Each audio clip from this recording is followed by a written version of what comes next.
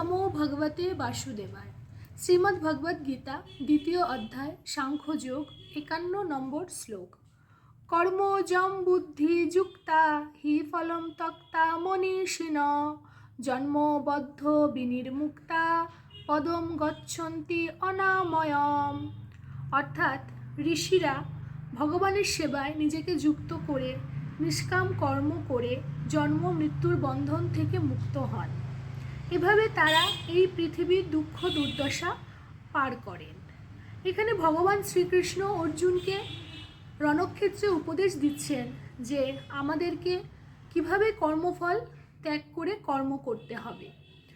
কোনো মানুষ যখন ফলের আশা পরিত্যাগ করে কর্ম করতে থাকে এবং সে শুধুই নিজের কর্তব্য বোধেই কর্ম করে, তখন আস্তে আস্তে তার কর্মফল ভোগের প্রতি যে মোহ বা লালসা থাকে সেটা বিনষ্ট হয়ে যায়। এই মোহ বিনষ্ট হতে হতে সে মানুষের বুদ্ধিও স্থিরতা হয়, সে স্থিতপ্রজ্ঞে পরিণত হয়।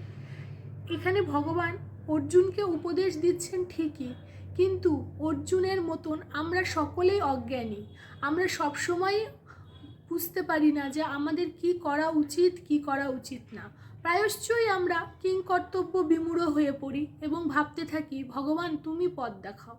ভগবান তাই আমাদের সকলের উপকারের জন্য এই ভগবদ গীতার জ্ঞান দান করেছেন, যার দ্বারা শুধু অর্জুনের মতন মহান মানুষই নন, আমাদের মতো অতি সাধারণ মানুষরাও যখন দিশাহীন হয়ে পড়ে তখন সে দিশা লাভ করতে পারে, সঠিক পথে সে চলতে পারে। পরবর্তী শ্লোক 52।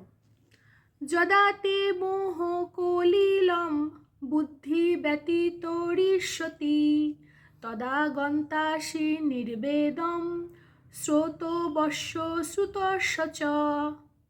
অর্থাৎ পরমেশ্বর ভগবানের প্রতি অর্পিত নিষ্কাম কর্ম অভ্যাস করতে করতে মানুষের বুদ্ধি মোহ ও মায়ার থেকে অতিক্রান্ত হয়ে যায়। তখন সে যাই শুনছে বা যা কিছুই তার কানে আসছে এই সবের প্রতি সে নিরুত্তাপ থাকে। অর্থাৎ আমরা অনেক রকম কিছু শুনি, অনেক রকম কিছু জানতে পারি।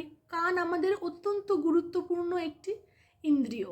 এর দ্বারা আমরা সমস্ত জ্ঞান লাভ করি, সেই জ্ঞানটা আমরা শুনতে পারি, বুঝতে পারি এবং তার দ্বারা ধাবিত হয়ে আচ্ছা এই কাজ করলে এই ফল প্রাপ্ত হবে, এই কাজের দ্বারা এই ফল প্রাপ্ত হবে, কর্মফলের প্রতি আমরা আসক্ত হয়ে পড়ি।